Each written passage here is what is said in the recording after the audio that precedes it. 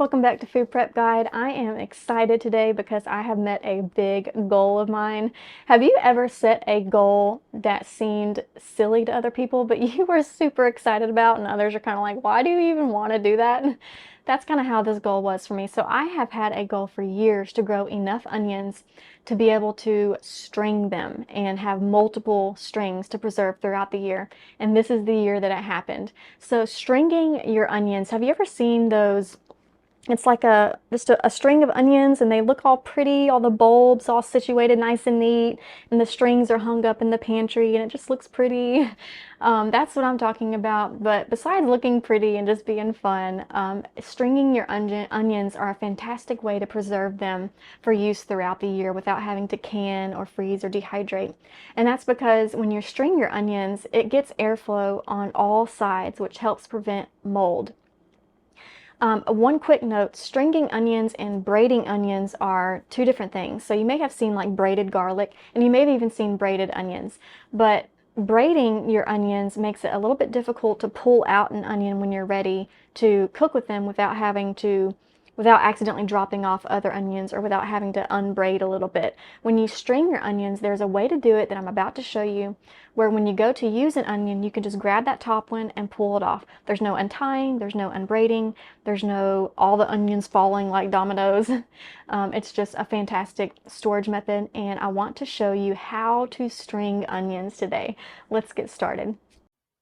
By the way, if you would like help building your food storage, scroll down to the description box of this video and click this link for our free 1-year food storage plan. We calculated a year's supply of food for one person, then broke that data down into a week-by-week list of items to build your pantry on a budget. We'll send it straight to your inbox.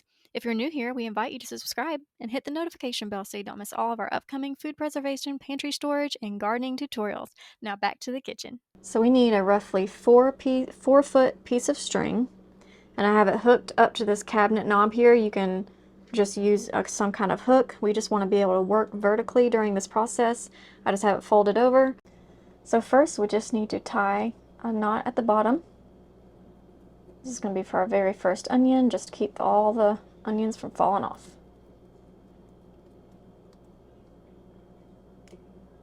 Just going to tighten it real quick. So our first onion, we want to make a slip knot. And when you're selecting the onion to go on the bottom, you want it to be somewhat of a larger onion and one that has a strong neck. Let me show you what I mean by strong neck.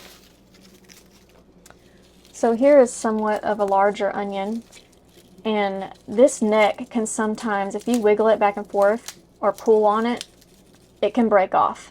So if you can wiggle it back and forth and you can pull on it and it is not breaking off, then that would be a good base onion. So the first step before we put the onions in is to actually clean up this part of the onion. So let's do that real quick. I'm just going to clip off the roots. I don't want to take the paper off because that is going to help preserve the onions, but if you have pieces of paper that are already peeling off, just go ahead and take those off. Just going to trim up these onion hairs just so we don't have a bunch of dirt and stuff flying off. And then we don't need a whole lot of onion top right here, so I'm going to go ahead and cut about right here for now. I'll probably be trimming it off more in a minute. And now we are going to be forming a slip knot for this stem to go through. Let me put this onion down real quick. To form the slip knot, we're just going to cross these two strings, pull this one through the hole, and you're creating when you do that, it creates this kind of center hole at the top. So I'm just going to hold that hole there, take my onion and push the whole stem through that hole.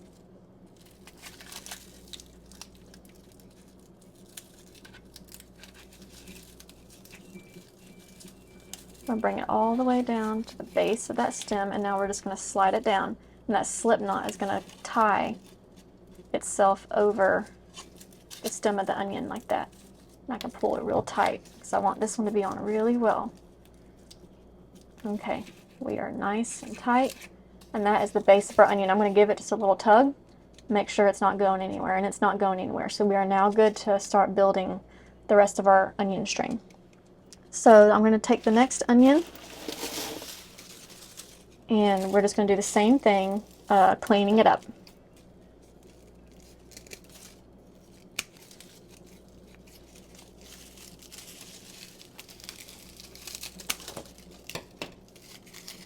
This is even more stem than we actually need, but when I'm done, we'll go through and we'll just kind of give everything a good trim and clean it up. Okay, so for the rest of this string, this is what we're going to be doing. We're going to separate the two strands, put the stem through, bring the stem around, and push it back through the two strings. Then we're going to slide that down, and that string is going to tighten around it as we slide it down. And just for extra measure, I'm just going to take this stem and kind of push it that way. And there's that one. And as we build this strand, you notice that we have, just two onions here. We have a gap here and a gap here. So when I put my next onion on, I'm going to be trying to fill those gaps. So I could go here, or I could come over here and go there. And we're just going to want to fill those gaps as we move up the string.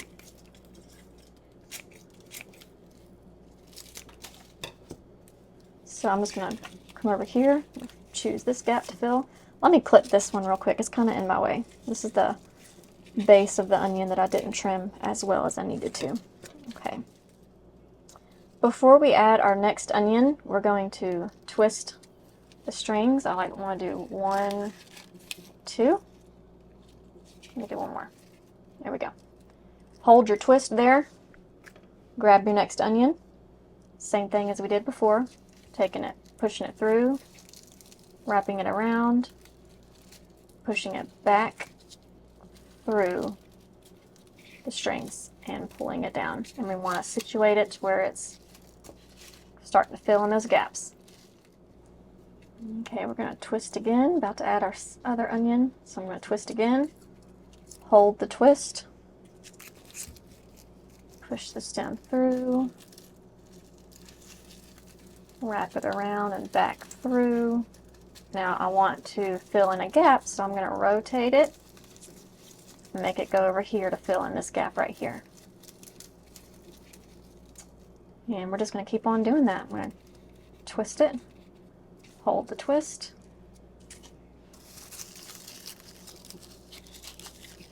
stem through,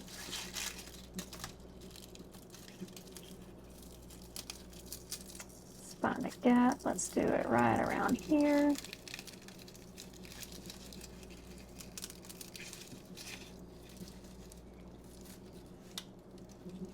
Twist a couple times. I'm going to do my next one like over here.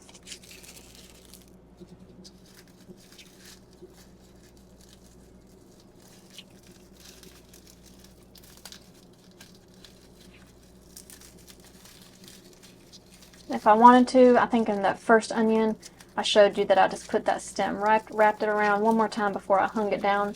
That's just kind of an extra measure, not absolutely necessary. And there we go. This is going to be done. Like I said, I only need 5 to 6 onions per week. Now, if I want to, I can go through and just kind of clean up some extra stems. I'm looking at how much root and dirt that I have, and I don't see a whole lot more than I need to or want to cut off. I could go through here and trim off some of these, but you do want to leave a little bit of room, because just over time and gravity, these are gonna slightly settle a little bit, and you want to leave enough string for them to come down without coming out. So at this point, what I'm going to do is I'm going to take it off of my hook here. I'm going to do one more slip knot right here to keep this from spinning while it's in storage, because I want it to stay. I'm just going to spin it a few times. I'm going to do a little slip knot here. Oops. I need to set it down here.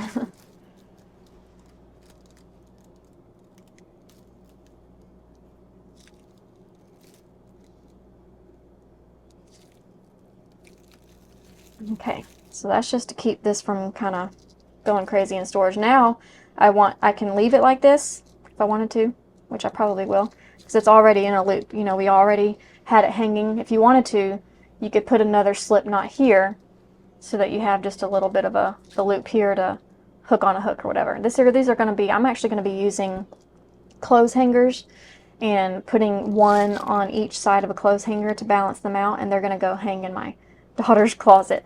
But that is done. Twist it around a little bit so you can see every angle.